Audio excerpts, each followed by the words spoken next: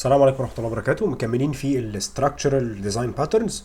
الحمد لله كده نعتبر خلصنا الادابتر والفيسيد وخلصنا كمان الديكوريتور وقلنا الفروق ما بينهم يعني، وهنفضل نكمل دلوقتي. المفروض نخش في الكومبوزيت ديزاين باترن. الفيديو هيمشي زي بقيه الفيديوهات، نريكاب الستراكشر باترنز، نتكلم على مثال من حياتنا، كلاس دايجرام، امتى بنستخدم الديزاين باترن ده. بعد كده نبدا نشوف ريل بروجرامينج سيناريو، امتى الحاجات دي بنستخدمها، وهنشوف وهنكتب كود طبعا. وبعد كده نبص على ايه العيوب او ايه الحاجات اللي ناخد بالنا منها واحنا بنستخدم الديزاين باترن ده. ما تنسوش تعملوا لايك وسبسكرايب لو الكونتنت عجبكم. لو شايفين ان الكونتنت فيه حاجه ناقصاه او ممكن يبقى احسن او في اخطاء او في اي حاجه، انا هكون سعيد جدا ان انا اسمع اقتراحاتكم. طيب يعني ايه structural pattern؟ زي ما اتفقنا ان structure جاي من كلمه structure. عندي شويه classes او عندي شويه objects عايز اركبهم على بعض، الاستراكشر بتاعتهم هتبقى عامله ازاي، هركبهم على بعض ازاي، طريقه التركيب دي ازاي تكون احسن ما يكون عن طريق استخدام الديزاين باترنز المتعارف عليها للمشاكل اللي بتتكرر يعني في البراكتس او في الشغل عامه. كلمه structural pattern خلاص فهمنا معناها ايه. ليه بنعمل ديزاين باترنز وليه القصص دي كلها؟ احنا بنحاول ان احنا نكتب كود كويس، عشان الكود الكويس دوت هيساعدني قدام في التستنج، ويساعدني قدام لما اجي ازود حاجه على الكود بتاعي في المشاريع الكبيره ما الاقيش الكود بيضرب مني في 100 حته. وفي نفس الوقت اقدر ان انا لو عايز الاقي مشكله في الكود بتاعي او اعرف المشكله جايه منين في الكود بتاعي، اعرف الاقيها بشكل سريع.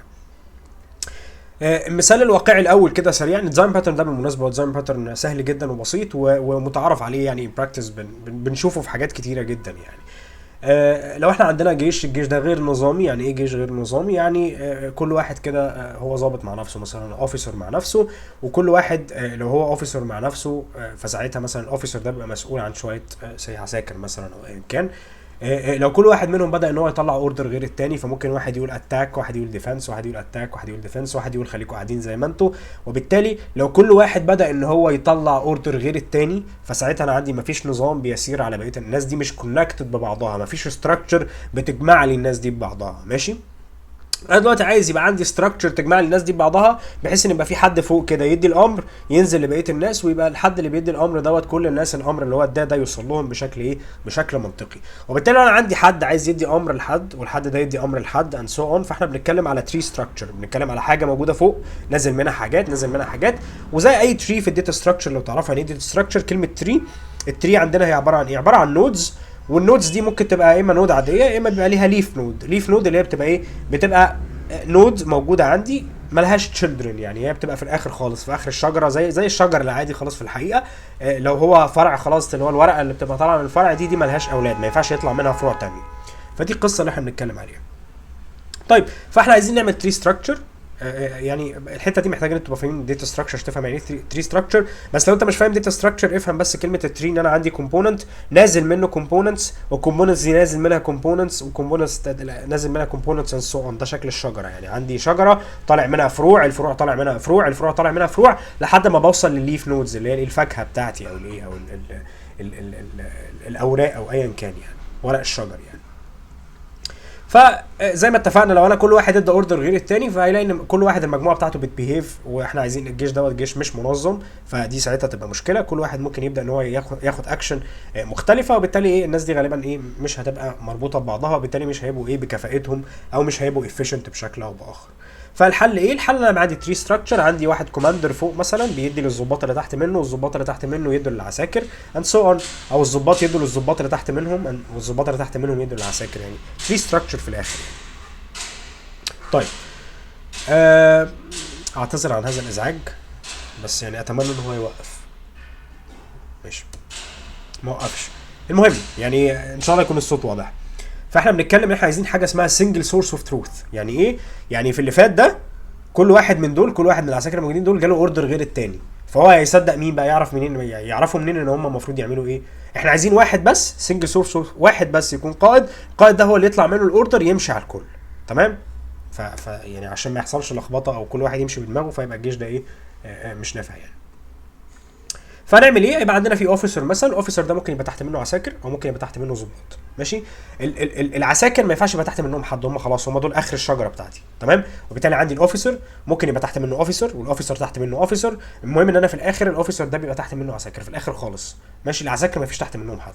يبقى انا اكن الاوفيسر ده بالنسبه لي بقى عباره عن ايه؟ عباره عن حد يقدر يبقى تحت منه ناس ثانيه، يقدر يبقى تحت منه كومبوننتس ثانيه. ماشي. اكنه كونتينر يعني. ماشي. يعني ايه كونتينر؟ يعني هو يقدر يبقى مسؤول عن ناس تحت منه. مثلا العسكري ما بيبقاش مسؤول عن ناس تحت منه. تمام. فده الفرق بين الايه؟ الليف نود والنود العاديه. النود العاديه ممكن يبقى تبقى مسؤول عن ايه؟ تبقى مسؤوله عن ناس تحت منها. الناس دي ممكن تبقى نوعها ايه؟ ممكن تبقى مثلا زي عساكر ويبقى ضباط، ممكن يبقى في ضابط تحتيه ضباط وتحتيه عساكر. ماشي. او ضابط تحتيه ضباط بس، وبعد كده الضباط دول تحتهم عساكر اند سو اون. يعني المهم ان في ايه؟ لازم اللي يبقى تحت منه عساكر ده يبقى هو حد يقدر يبقى متولي او مسؤول عن العساكر. ما ينفعش عسكري يبقى مسؤول عن ضابط مثلا. ماشي. انا مدي المثال ده عشان المثال ده يبقى واقعي، يبقى ايه؟ يبقى واضح يعني بالنسبه لكم في الفيديو وفي بعيدا عن البرمجه يعني، عشان ايه؟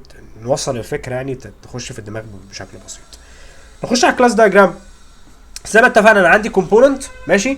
الكومبوننت ده ممكن يبقى يا اما ليف. ماشي. يعني ايه ليف؟ يعني هو في الاخر خالص زي مثلا في المثال اللي فات اللي هم العساكر، يعني اللي هم ما يبقاش مسؤول عن الناس تحت منه، هو عباره هو وحده بذاتها كده، مش محتاج ان هو يبقى تحت منه ناس، فده في اخر الشجره بتاعتي. وفي الكومبوزيت بتاعي ده اللي هو ايه؟ اللي هو يقدر يشيل اكتر من ليف، او يقدر يشيل كومبوزيت صح، اكنه كونتينر يقدر يبقى فيه جواه ناس، اكنه كده زي ايه؟ زي ايه؟ واحد يقدر يعني ده نوع الكلاس ده يقدر يبقى مسؤول عن كلاسز ثانيه. ماشي. الليف ما ينفعش تبقى مسؤول عن كلاسز ثانيه. طبعا اللي مسؤول عن كلاسز ثانيه معناه انه لازم يبقى عنده شويه اوبريشنز زياده، ان هو يقدر ان هو ياد، يعني يقدر يحط عنده تشيلدرن، يقدر يبقى عنده اولاد، او يبقى عنده ناس تحت منه يعني تحت مسؤوليته، او يقدر يريموف، يقدر يطلع منهم، او يقدر ان هو ايه؟ ينادي على تشايلد معين جواه. تمام. في نفس الوقت ممكن المسؤول ده او الكونتينر بتاعي ده يبقى جواه كونتينر تحت منه كونتينر، زي ما اتفقنا ممكن يبقى ظابط تحت منه ظابط عادي، مفيش اي مشكله. فالديزاين باترن ده بيساعدني على القصه دي لما نيجي ايه؟ نشتغل في البروجرامنج يعني. طبعا الليف في الاخر هي كومبوننت، والكومبوزيت هو في الاخر كومبوننت. بمعنى ايه؟ بمعنى والله ده مثلا عسكري وده ظابط، بس هم في الاخر بينتموا لنفس الايه؟ نفس الحاجه. هو في الاخر راجل بتاع جيش، راجل بيحارب مثلا. تمام. فعشان كده احنا بنتكلم على ايه؟ بنتكلم ان هو كومبوننت. كلمه كومبوننت ان هو مثلا في المثال اللي فات ده ان هو ده في الاخر رجل عسكري، وده في الاخر رجل عسكري. مش عسكري اللي هو تصنيفه عسكري او الرتبه بتاعته، لا، ده رجل بيسير عليه احكام معينه او عرف معين خاص بالهيئه اللي هو اللي تابع ليها، وده بيسير عليه نفس الحاجات دي. تمام. فهم في الاخر لازم يبقوا نفس الحاجه، عشان لما يبقى عندي اللي هو انت دلوقتي ما ينفعش مثلا مثلا واحد مثلا يكون اوفيسر ويبقى مثلا مسؤول عن ناس مثلا مش تبع مثلا يعني مثلا يعني او مثلا بلاش اوفيسر، ممكن ندي مثال مثلا واحد مهندس مثلا مسؤول عن مجموعه من الاطباء.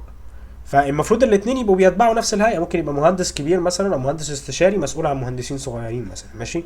فيعني ده مثال للتقريب يعني، بعيدا عن في الواقع ممكن يحصل ده او ما يحصلش.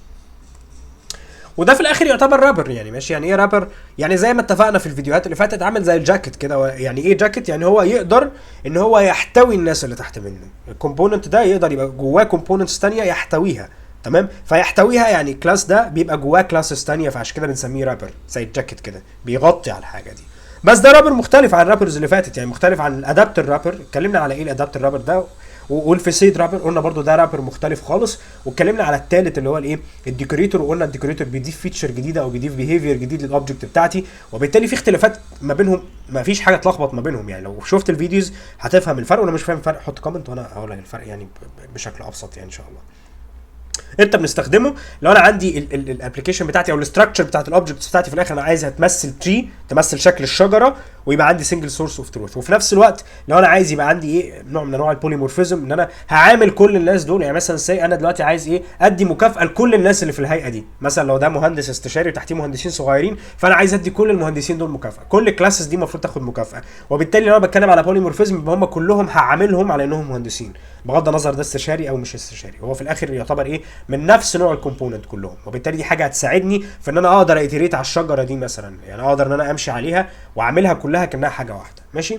وبرده في نفس الفكره هيساعدني في الاوبن كلوز برنسبل. يعني انا لما عاوز احط كومبوننت جديد انا هعمل اكستند للستراكشر بتاعتي، هزود عليها حاجه جديده، سين انا بقى عندي نوع ثالث، نوع ثالث من الضباط او نوع ثالث من المهندسين، كل اللي انا هعمله انا هعمل النوع الثالث وبس اخليه ان هو يسير عليه المواصفات بتاعه الهيئه دي، ان هو يكون بيتبع الانترفيس او الابستراكت كلاس اللي هو اسمه كومبوننت اللي كل الناس الثانيه بتتبعه، ويبقى عندي حاجه ثالثه جديده مثلا بدل الليف ده ما يبقى حاجه معينه، ممكن الليف ده يبقى ايه، يبقى بدل ما هو عسكري ممكن او بدل ما هو مهندس صغير ممكن نحط مثلا ايه عامل مثلا، يبقى ممكن يبقى عندي عمال وعندي مهندسين كلهم يعتبروا ايه تبع هذه الهيئه او تبع هذه الشركه، وفي الاخر ايه هذه الشركه عشان نقول الذال صح. وممكن يبقى عندي برضو زي ما اتفقنا اكتر من نوع من انواع الكومبوزيت يعني. فده اوبن كلوز برنسبل. يعني انا مش محتاج لما اجي اضيف حاجه مش محتاج اروح كود يضرب مني في كذا حته او ان انا اعدل في حتت في الكود. انا كل اللي هعمله هعمل كلاس جديد، اخلي الكلاس الجديد دوت ايه يمبلمنت او يكستند البتاع اللي فوق ده اللي هو اسمه كومبوننت، وبعد كده نقدر نتعامل معاه ونقدر نخلي المسؤول ده يبقى مسؤول عن الايه عن العمال زي ما هو كان مسؤول عن مثلا المهندسين او ايا كان. ماشي الموضوع بسيط يعني. ان براكتس لو انت اندرويد ديفلوبر مثلا في حاجه زي جيت باك كومبوز، هو اسمه كومبوز جاي من كومبوزيشن، احنا عندنا اوبجكت جواه اوبجكتس او ايا كان، ممكن في الاخر بيبقى فيه 3 ريبريزنتيشن اوف الاوبجكتس دي، عندي حاجه فوق كونتينر طالع منها حاجات، وممكن الكونتينر جواه كونتينر، يعني ممكن يبقى عندي كولوم مثلا، الكولوم ده جواه رو والرو ده جواه كولوم ايا كان براحتك انت ايه، بس مثلا في الاخر خالص ممكن تحط تكست مثلا. ماشي التكست دي هي عباره عن ليف نود، ما ينفعش ان انا ايه ان انا احط حاجه جوه التكست او تحت التكست، ممكن يكون بينفع بس يعني انا ببسط الامور يعني. ماشي يعني assuming ان دي ليف نود يعني. بص على الكود ندي مثال كده. في عندنا مثلا حاجه في الاندرويد زي الفيو سيستم. لو انت عندك فيو سيستم، يعني ايه فيو سيستم؟ يعني دلوقتي عندي البروجرام ده فيه جي يو اي جرافيكال يوزر انترفيس، فانا عايز ان انا بكل بساطه اخلي الجرافيكال يوزر انترفيس بتاعي ده في كومبوننتس، الكومبوننتس دي في كومبوننت ممكن يبقى بيحتوي على كومبوننتس ثانيه، وفي كومبوننت بيبقى واحده بذاته كده. ماشي هو بيبقى ليف نود زي ما اتفقنا نفس القصه. فيبقى عندي انترفيس اسمه كومبوننت، الانترفيس اللي اسمه كومبوننت ده ليه نيم، لازم يبقى ليه نيم، فاي حد عايز يبقى اسمه كومبوننت لازم يبقى عنده نيم. ماشي ده اولا كده. عندنا كلاس تاني مثلا زي التكست فيو دي، التكست فيو دي هي عباره عن كومبوننت وليها نيم ان هي تكست فيو.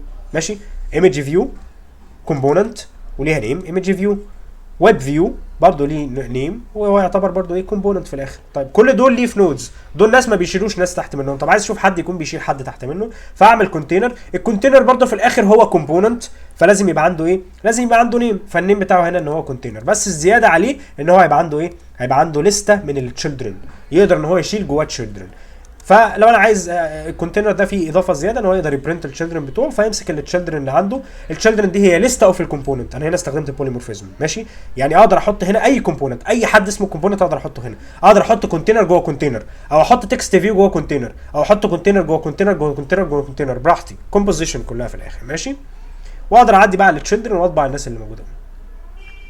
فالمين بتاعي او الكلاينت بتاعي ان كانت هتكون الكلام ده منين، فعملنا تكست فيو 1 وتكست فيو 2، وعملنا بروفايل ايمج من نوع ايمج فيو، وويب فيو من نوع ويب فيو، وبعد كده عملنا ايه كونتينر سكند كونتينر من نوع كونتينر. بعد كده هعمل كونتينر جديد، جوه الكونتينر هحط التشيلدرن بتاعته وهي لسته من ايه، هيبقى الكونتينر بتاعي موجود نازل منه تكست فيو دي ليف نود، ونازل منه تكست فيو ثانيه، ونازل منه بروفايل ايمج، ونازل منه ويب فيو، ونازل منه كونتينر ثالثه. ماشي يعني ممكن يبقى الكونتينر نازل منه كونتينر، وبالتالي انا كل ال 3 دي اقدر اتعامل معاها. انتوا خلاص اكيد اخدتوا بالكم ان عندي حاجه فوق كده اللي هي الكونتينر نازل منه ايه نازل منه يا اما كونتينر يا اما ليف نود، وكل كونتينر لازم ينتهي في الاخر ان هو يبقى ايه يا نازل منه كونتينر يا نازل منه ليف نود، او يكون خلاص بقى ايه ممكن نخلي في الديزاين بتاعنا ان الكونتينر ما ينفعش يبقى فاضي يعني. ماشي فعادي يعني، المهم ان انتوا فهمتوا الكونسبت ان شاء الله. انا اقدر اقول كونتينر دوت برنت تشيلدرن، فيروح يطبع لي كل الايه يطبع لي كل التشيلدرن اللي موجودين دول على اساس النيم بتاعهم، يعني من غير ما نرن يعني مش ما فيش داعي يعني هنضيع وقت على الفاضي. موضوع بسيط ان شاء الله يعني، اتمنى ان هو يكون بسيط. ولو مش بسيط قولوا لي ان هو مش بسيط عشان ممكن في الكومنتس ابدا ان انا ايه يعني، او ابدا ان انا اشيل الفيديو خالص واعمل فيديو تاني يكون ابسط ان شاء الله يعني. في شويه حاجات كده اخد بالنا منها، ان هو ممكن يبقى عندي انت ممكن لما تيجي تعمل ده وتستخدم ديزاين باترن ده ممكن تعمل اوفر جنراليزيشن. يعني ايه اوفر جنراليزيشن؟ يعني انت والله يعني انا هنا عندي حاجه اسمها كومبوننت ده حاجه جنرال ماشي، وبقيه الحاجات بتتبع ايه بتبقى تعتبر كومبوننت، يعني زي الكونتينر مثلا تقريبا في فرح او حاجه فمهم يعني. كل الحاجات بتتبع الكومبوننت ده ويبقى اسمها. فانت ممكن تيجي يعني الحاجات هنا واضحه ان دي كلها فيوز مثلا، فاحنا كل الفيوز ممكن تبقى كومبوننت فيو او فيو كومبوننت. بس انت ممكن تيجي في وقت تاني تقوم عامل اوفر جنراليزيشن فتعمل حاجات كتير بتكستند او تمبلمنت الكومبوننت، وهي في الواقع بتاعها مش كومبوننت او مش كومبوننت او فيو كومبوننت، حاجه مثلا مش تبع الفيوز اصلا. فانت عشان تستخدمها وتحطها في التري تقوم ايه حاشرها كده او حاططها وسط الايه ان هي تمبلمنت كومبوننت، وهي مش المفروض ان هي تتعامل على انها كومبوننت. فانت لازم تاخد بالك ان انت ما تعملش اوفر جنراليزيشن. يعني حاجه جنرال يبقى لازم الحاجات اللي بتتبع الحاجه الجنرال دي تكون من نفس النوع او قريبه، او الحاجات دي ريليتد ببعضها. ما تحطش حاجات مش ريليتد لان ده بنسميه ايه اوفر جنراليزيشن. ممكن نتكلم على حاجه زي التشين اوف ريسبونسبيلتي اللي هو اتكلمنا عليه خالص من سنه تقريبا او اكتر من كده، اكتر من سنه، في البيهيفير ديزاين باترن، اللي هو ان انا لما كان بيبقى عندي واخده نفس الاستراكشر، عايز مثلا اباس كوماند معينه، فعندي تري باخدها من فوق وابدا ان انا اباص الايه الحاجه اللي انا عايز اعملها باس. ممكن تبصوا على الديزاين باترن ده، مش المفروض ان انا اشرحه تاني عشان ما اضيعش وقتكم. ممكن برضو الكريشن ديزاين باترن اللي هو بروتوتايب، انا ممكن يبقى عندي تري كامله واعملها كلون، ودي حاجه تنفع حلوه قوي في الافشنسي. يعني مثلا لو عندي الفيو ده نازل منه اولاد كتيره، مثلا عندي مثلا كولوم يعني عمود، والعمود ده جواه زراير باتنز ماشي، فانا عايز اعمل نفس 3 دي تاني، عايز هي اعمل لها كلون، فانا ممكن استخدم نفس 3 دي واعمل لها كلون عن طريق ايه الديزاين باترن اللي هو بتاع بروتوتايب. ممكن تبصوا عليه برده لو مش فاهمين انا بقول ايه. برضه ينفع نستخدم البيلدر ديزاين باترن وانا باجي كومبوز او اجي اعمل انا الايه الكومبوننتس بتاعتي. ممكن الكومبوننتس بتاعتي دي استخدم جواها البيلدر ديزاين باترن، زي جيت باك كومبوز برضه في حتت فيه كده قريبه شبه البيلدر ديزاين باترن شويه، او شبه الموديفاير مثلا. لو بصيت على الموديفاير اللي جوه ما علينا يعني، مش عايز اخش في تفاصيل عشان انا برضه مش متاكد، يعني مش عايز اقول الكلام وانا مش متاكد منه، يعني مش عارف جوه اللي بيحصل ايه بالظبط. بس هو بيبقى في حاجه اسمها موديفاير. الموديفاير ده انا اقدر ان انا ايه احط عليه كذا حاجه يعني ماشي. اعتقد ان ده ممكن يبقى ايه احط عليه كذا حاجه، ده اللي هو بيبقى البيلدر ديزاين باترن. ده البيلدر ديزاين باترن ولا ده بيلدر ديزاين باترن تمام. اقدر ان انا يعني اكونستراكت الحاجه عن طريق ان انا ايه احط اليمنتس كتيره جواها يعني. المهم ممكن نستخدم الاتريتور عشان نعدي على الايه على التري بتاعتنا، واتكلمنا على الاتريتور برضو قبل كده. ممكن نستخدم الفيزيتور مثلا لو انا عايز اعدي على كل الكومبوننتس اللي عندي دي واتاكد ان انا عديت على كل كومبوننت مثلا مره واحده، فاستخدم الفيزيتور ديزاين باترن اللي اتكلمنا عليه برضو في فيديو سابق. شكرا لكم، واتمنى يكون الفيديو كان فيديو بسيط ان شاء الله، اتمنى انتم تكونوا فهمتوا كويس. لو الموضوع لسه مش داخل دماغكم قولوا لي مش داخل دماغنا، انا ممكن اشيل الفيديو خالص وانزل فيديو جديد ان شاء الله لو لاحظت ان في يعني ناس كتيره شايفه كده. ولو حد مثلا معين ومش فاهم حاجه معينه ممكن اخش اكتب كومنت واوضح الموضوع. شكرا لكم والسلام عليكم ورحمه الله وبركاته.